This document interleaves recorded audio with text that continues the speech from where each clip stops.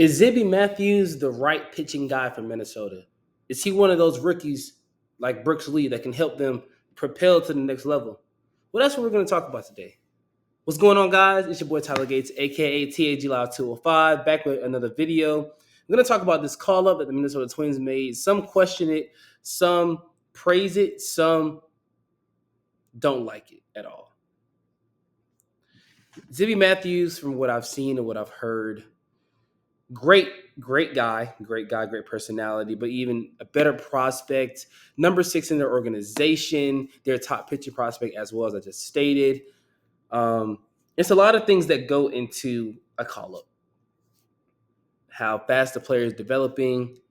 Does he fit into the major league roster right now? DFAs possibly coming with that, outrights coming with that, waivers probably coming with that. I mean, we are getting close to that waiver deadline being a couple weeks removed, from the MLB trade deadline. So keep an eye out for the waiver deadline, as well as minor league trades can still be made, as they are not major league trade deadline acquisitions. So what does this mean for Minnesota? This means, one, somebody's getting sent down. Whether I doubt it's any of the big name pitchers like, Sonny Gray, Pablo Lopez. I doubt it's any of those guys, right?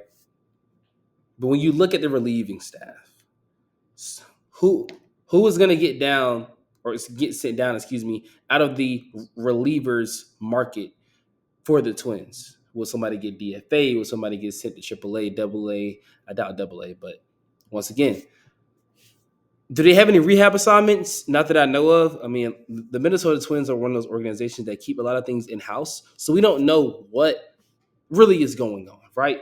I like this call-up. Call-ups had nothing to do with what inside going on. The Minnesota Twins have to lean towards their youth eventually. Yes, you signed Carlos Correa to a 7-year deal. Okay, that's great. What are you going to get out of it? Can you get a World Series championship with this team? Yes. You have Byron Buxton, who's obviously the mainstay, the cornerstone. You brought in Carlos Correa. He's a cornerstone. Brooks Lee, he's gonna be a building block along with Walker Jenkins whenever he comes up. He'll probably be up next year, right? You have a lot of guys that are gonna be on this roster between next year and this year right now that we're currently going through, this year and next year. Can Minnesota get to the ALCS? I believe they can. Can they overcome the Yankees? Yes, they can. But the big question, does Zebby Matthews help you right now?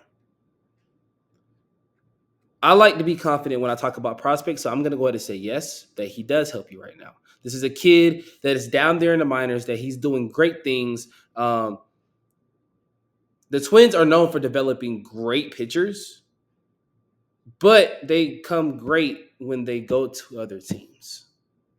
It's as the cycle of life goes in Minnesota. So what does that tell us as MLB pipeline fans, MLIB prospects? What does that tell us? It tells us that, one, the Twins are going all in, and they're looking to the youth to be the spark to the veterans. Two, more moves could have been done at the deadline for the Twins. You're telling me that you wouldn't have been able to get Mason Miller without having to give up Brooks Lee or Walker Jenkins or the other guy? I can't think of his name. Manuel Rodriguez, I believe he's up there. They wanted your number 4 prospect. I keep on forgetting what his name is, but they definitely, a lot of teams wanted him for some reason. You weren't giving him up.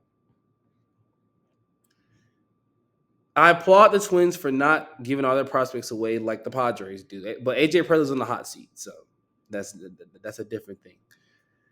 You made one move. You got Trevor Richards. This is not 2017, 18, 19, 20 anymore, boys. Like he's not as good as advertised anymore. Carlos Correa must step up. He's been doing great this season, but Carlos Correa is the only one with championship experience on that team. The big name, at least, that has won a ring. He has to go. He has to step up. He has to be there, right? Brooks Lee. It, I doubt he gets sent down with how good he's doing when Carlos Correa comes back from injury. He's probably going to slide over to second base, or do you put Eduardo Julian at third base? I personally think Jose Miranda should play third base, but that's neither here nor there, right?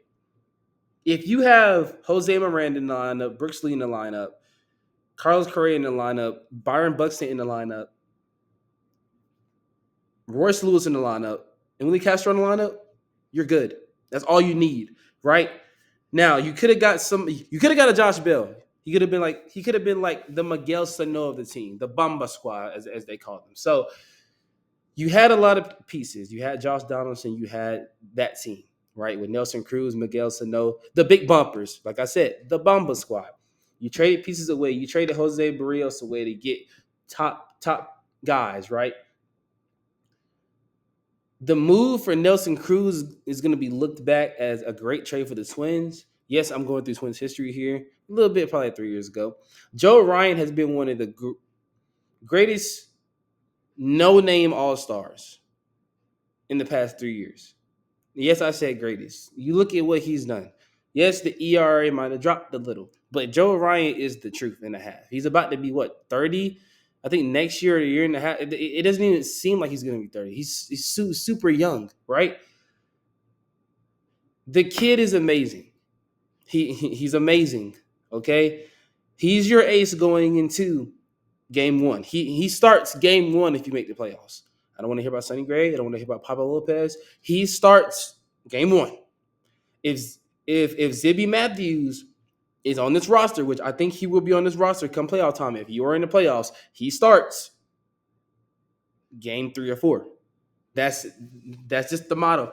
Get him out there, get him some playoff experience. You never know. He could take you to the World Series. It could be like a Spencer Strider, Ian Anderson type of thing with the Braves, where they come up instantly and you have success. I mean, yes, I'm a Braves fan, biasness a little bit, but hey, it's true. When you look at what Ian Anderson did when he came up, he came up super young, dealing with a lot of injuries, so did Mike Soroka and others.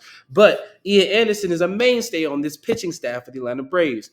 Joe Ryan will be a mainstay. Zebby Matthews, the prospect, the main topic of this video, he will be a mainstay on that roster.